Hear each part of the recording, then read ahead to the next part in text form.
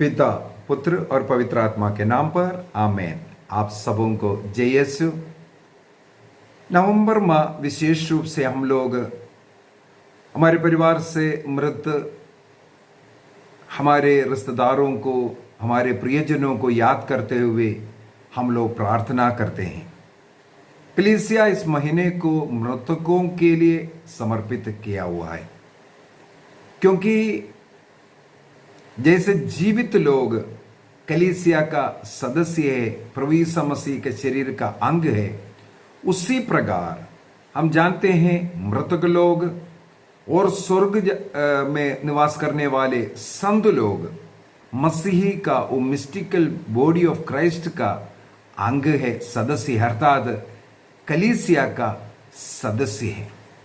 तो हमारा कर्तव्य है हम अपने जो प्रियजन, हमारे परिवार से जो मृत विश्वासी लोग, उनके लिए विशेष प्रार्थना करें।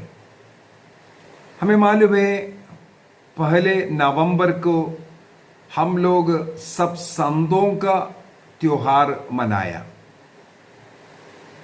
वर्ष का हर रोज किसी न किसी संत के लिए समर्पित रखा हुआ है कलीसिया।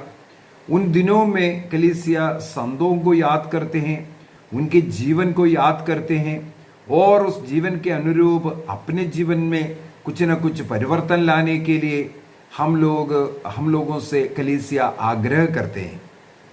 उनके जीवन हम लोगों के लिए कुछ प्रेरणादायक है। जो व्यक्ति ईसा मसीह में विश्वास कर मसीह के लिए अपने जीवन अर्पित कर स्वर्ग जाने वाले उस संतों का नमन करते हुए उनका जीवन हम फॉलो करें, उसके अनुसार हमारे जीवन में भी परिवर्तन लावे, ये कलीसिया आग्रह करते हैं। तो उसी प्रकार हमारे परिवार से जो मृत लोग हैं और हम लोग विश्वास करते हैं कि सबों को स्वर्ग जाना है। जैसे उपदेश ग्रंथ उसके अध्याय 12 वाक्य 7 में लिखा हुआ है, मृत्यु के समय पर शरीर जो मिट्टी से बना हुआ है वो मिट्टी में मिल जाते हैं और जो आत्मा वो स्वर्ग ईश्वर के पास जाता है जहां से वह आए हैं। तो हमारी आत्मा मृत्यु के समय पर स्वर्ग जाना चाहिए, पिता के पास जाना चाहिए। लेकिन यदि हमारे शरीर उस समय पर उतना पवित्र नहीं है, शुद्ध नहीं है, तो थोड़ा शुद्धिकरण की जरूरत है। जिस अवस्था को हम शुद्धिकरण की जगह कहते हैं, वो एक अवस्था है। उस अवस्था में प्यूरिफाई होकर के, शुद्धिकरण होकर के हमारी आत्मा स्वर्ग जाना चाहिए। यदि हमारे मृत्यु के समय पर कुछ पाप अवस्था में है, पूर्ण रूप से शुद्ध नहीं है, तो उस शुद्धिकरण प्रक्रिया से होते हुए जाना है और स्वर्ग जाना है। यदि नवंबर 1 तारीख के हम लोग सब संत जो स्वर्ग में हैं, चाहे कलीसिया उन्हें संत के रूप में घोषित किया या नहीं, हमें मालूम है सब लोगों को कलीसिया संत घोषित नहीं किया है। कलीसिया के पास ये उत्तम धारणा है, उसके लिए कुछ चिन्ह है, वो सचमुच में स्वर्ग है, स्वर्ग में है, केवल उन्हीं को कलीसिया संत घोषित करते हैं। जितने लोगों को कलीसिया ने संत घोषित किया, केवल वही नहीं बल्कि हजारों अन्य लोग भी स्वर्ग में निवास करता है। इसलिए नवंबर 1 तारीख को हम लोग सब संतों का पर्व मनाते हैं। जिन्हें घोषित नहीं किया है उन्हें विशेष रूप से उस दिन याद करते हुए उनके लिए हम पर्व मनाता है। तो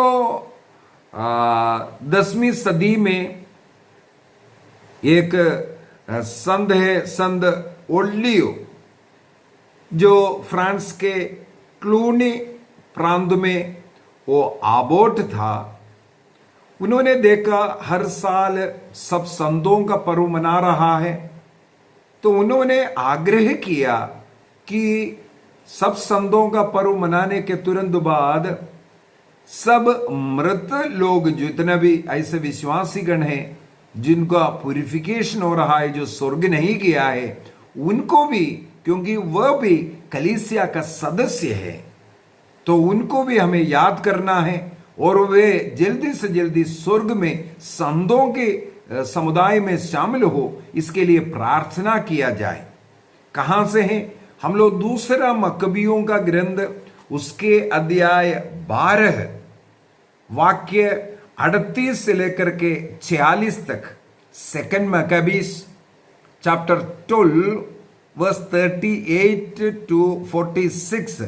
हम लोग इस शोधकाग्नि की आत्मा, जो मृत लोगों के आत्मा का पुनरुद्धान हो, स्वर्ग जाए, इसके लिए बलि अर्पित करता हुआ पढ़ते हैं। वहां पर यूदस मकबी ने जो लड़ाई में मरे हुए कुछ लोगों का बॉडी को आदर सम्मान के साथ दफनाने के लिए उठा रहा था, तब उन्होंने देखा उनके शरीर में कुछ ताबीज लगा हुआ है, अन्य देवी देवताओं का ताबीज मिला। तब यूदस मकबियों ने कहा इन्होंने पाप किया, इसलिए इनका लड़ाई में मृत्यु हुआ। और उनके दफन विधि के साथ साथ वो सब लोगों से चंदा इकट्ठा किया और वो धन को यरूशलेम बेचते हैं।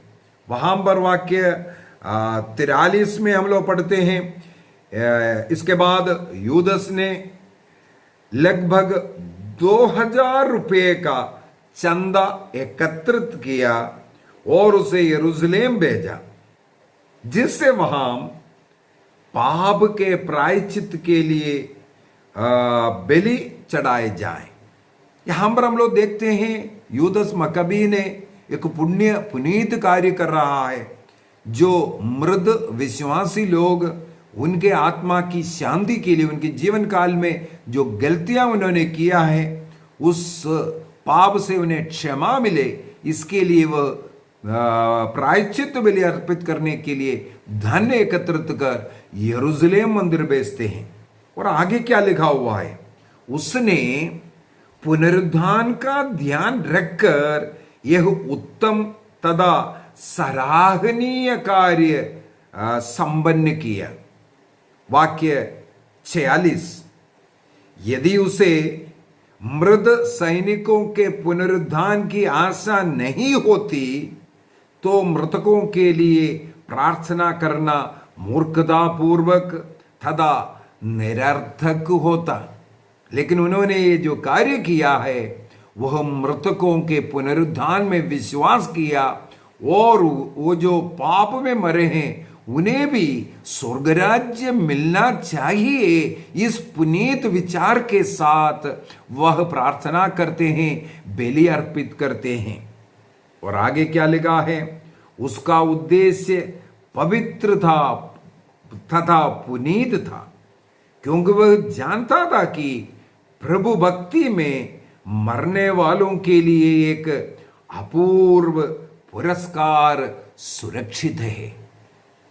प्रभु में मरने वालों के लिए एक पुरस्कार है, वो है स्वर्ग राज्य की पुरस्कार। ईसा मसीह ने संत यूहन्ना रचित सुसमाचार उसके अध्याय 11 वाक्य 25 एवं 26 में मार्था एवं मरियम से लासर के जो मृत्यु के बाद उनसे क्या कहते हैं?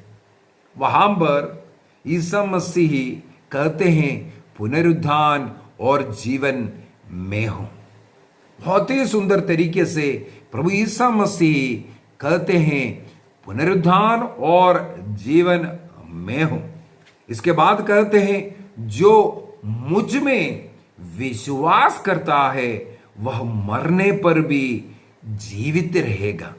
तो उनके जीवन काल में यदि कोई ऐसा पाप अपराध हुआ है जिसके कारण तुरंत वो स्वर्ग नहीं जा सकता है, शोधकाग्नि में उनका प्यूरिफिकेशन हो रहा है, उनका प्रायश्चित कर रहा है, तो इस भूमि में जीवित कलीसिया के अन्य सदस्य लोग जो मृत विश्वासियों के लिए प्रार्थना कर उनके जो दंड, जो शुद्धिकरण में जो तकलीफ हो रहा है और उनमें देरी हो रहा है, हमारी प्रार्थना हमारी बलिदान वो उनको मदद करेगा। और वाक्य 26 में, जॉन चैप्टर 11 वर्स 25 एंड 26 में लिखा है, और जो मुझ में विश्वास करते हुए जीता है वह कभी नहीं मरेगा। ईसा मसीह पुनरुत्थान के विषय में और स्वर्ग राज्य में हम लोगों को प्रवेश मिलने के विषय में यहां कहते हैं। ईसा मसीह कहते हैं, मैं अब्राहम का ईश्वर हूं, मैं इसहाक का ईश्वर हूं, मैं याकूब का ईश्वर हूं। वह मृतकों का नहीं बल्कि जीवितों का ईश्वर हूं। इसका मतलब इस संसार में शारीरिक रूप से जो मरे हुए लोग हैं वो मरा नहीं है, वो जीवित है। और यदि स्वर्ग राज्य में प्रवेश करने में कोई ऐसा कलंक, कोई मलिनता उनके जीवन में रह गया है, वो उन्हें प्यूरिफाई करना जरूरी पड़ता है, वो कष्ट झेलना पड़ता है। उस कष्ट में रियायत जो मिलने के लिए हम लोगों को इस संसार में जो जीवित लोग हैं, इस प्रकार यूदस मक्कबीय ने किया, प्रार्थना, उपवास और मिस्सा बलिदान, इसके लिए कलीसिया बताते हैं। कैथोलिक कलीसिया का धर्म शिक्षा ग्रंथ के अंदर मृतकों का दफन विधि के विषय में बहुत ही सुंदर तरीके से हमें सिखाते हैं। आदर सम्मान के साथ मृतकों का दफन विधि करने के लिए, क्योंकि पुनरुत्थान के आशा में वो इस संसार में रहा था, ईसा मसीह में विश्वास किया था। और ईसा मसीह में विश्वास करते हुए जो लोग मरते हैं उनको आदर सम्मान के साथ दफन विधि करना चाहिए। कैथोलिक कलीसिया का धर्म शिक्षा ग्रंथ कैटेकिज्म ऑफ कैथोलिक चर्च 1680 से लेकर के 90 तक हम लोग इसके विषय में पढ़ते हैं। और साथ ही साथ और मृतकों के लिए हम लोग प्रार्थना करना है और उनके लिए मिस्सा बलिदान अर्पित करना है, इसके विषय में भी कलीसिया सिखाते हैं। कैटेकिज्म 1032, 1370 एंड 71, ये सब में हम लोग यही पढ़ते हैं। कई उपाय हैं उन लोगों के लिए प्रायश्चित करने के लिए। एक, दूसरों को प्यार करना, गरीबों को मदद करना, दान धर्म करना, और मृत लोगों के पाप के अनुसार यदि मालूम है कुछ प्रायश्चित विधियां करना, और सबसे उत्तम विधि मिस्सा बलिदान उनके लिए अर्पित किया जाए। उनके मृत्यु के तुरंत बाद अगले जो 3 दिन, जैसे हम लोग ईसा मसीह के जीवन में 3 दिन कब्र में रहने का, और मृतकों का भी वो 3 दिन के लिए हम मिस्सा बलिदान अर्पित करना, और अपने कस्टम के अनुसार कोई 13वीं मनाता है, कोई 40वां दिन मनाता है, जैसे ईसा मसीह के स्वर्गारोहण को याद करते हुए। और इस प्रकार और उनके मृत्यु के जो पुण्य तिथि है उस दिन में, अन्य कोई विशेष दिनों में, जैसे नवंबर 2 तारीख है, ये विशेष रूप से अपने परिवार से मृत लोगों का आदर सम्मान और उनको याद करना, उनके लिए प्रार्थना करना, उनके लिए मिस्सा बलिदान अर्पित करना, ये सब करने का दिन है। इसमें क्या फायदा है? एक तो हमारी प्रार्थना, हमारे दान दक्षिणा, हमारे धर्म, जो गरीबों का सेवा, ये सब के द्वारा हम लोग उस आत्मा के लिए मदद पहुंचाता है। यदि हमारे इस प्रार्थना पुण्य कार्य के कारण उन्हें स्वर्ग में जल्दी पहुंचने का अवसर मिलता है, वह स्वर्ग पहुंच करके हमारे लिए मध्यस्थ बनता है, हमारे लिए वहां बैठ करके प्रार्थना करेगा, हमारे लिए एक स्वर्गीय मध्यस्थ मिलता है। जब हम लोग यहां पर बैठ करके उनके लिए प्रार्थना कर सकता है, तो प्रार्थना करना है, बलि अर्पित करना है। इसमें फायदा यह है, वे हमारे लिए स्वर्ग जा करके ईश्वर से प्रार्थना करेगा, निवेदन करेगा। हमारी आवश्यकताओं में वो हमारे लिए एक मददगार बन सकता है। तो इसलिए कलीसिया चाहते हैं ऐसे जितने भी परिवार से मृत लोग हैं उनके लिए प्रार्थना करें, उनकी आत्मा की शुद्धिकरण, उनके स्वर्ग राज्य पहुंचने के लिए वो सिद्ध हो सकता है। आइए हम अपनी आंखों को बंद करें, हमारे परिवार से जितने भी मृत लोग हैं उन्हें याद करें। हमारे परिवार से हमारे पूर्वज लोग, दादा परदादा नानी नाना, सबों को याद कीजिए। हमारे माता पिता, भाई बहन, बच्चे, अबॉर्शन में मरे हुए सब बच्चों के लिए याद कीजिए, प्रार्थना कीजिए, निर्णय कीजिए। हर रोज पारिवारिक प्रार्थना में हमारे परिवार से जितने भी मृत लोग हैं उनके लिए प्रार्थना करना, और वर्ष में कम से कम बार बार उनके मृत्यु के दिन नवंबर 2 तारीख को या अन्य कुछ विशेष दिनों में उनके लिए मिस्सा बलिदान अर्पित करने का, उनके नाम पर गरीबों का मदद करना, अन्य पुण्य कार्य प्रवृत्तियां करना, ताकि इस संसार में रहते हुए हम उनके लिए जो कुछ करता है उनकी आत्मा के शुद्धिकरण के लिए और जल्दी हमारे लिए मध्यस्थ बन स्वर्ग पहुंचने के लिए उनके लिए सहायक रहेगा। और कलीसिया चाहती है कि हम अपने परिवार के सब मृतकों का आदर सम्मान से याद करें, प्रार्थना करें।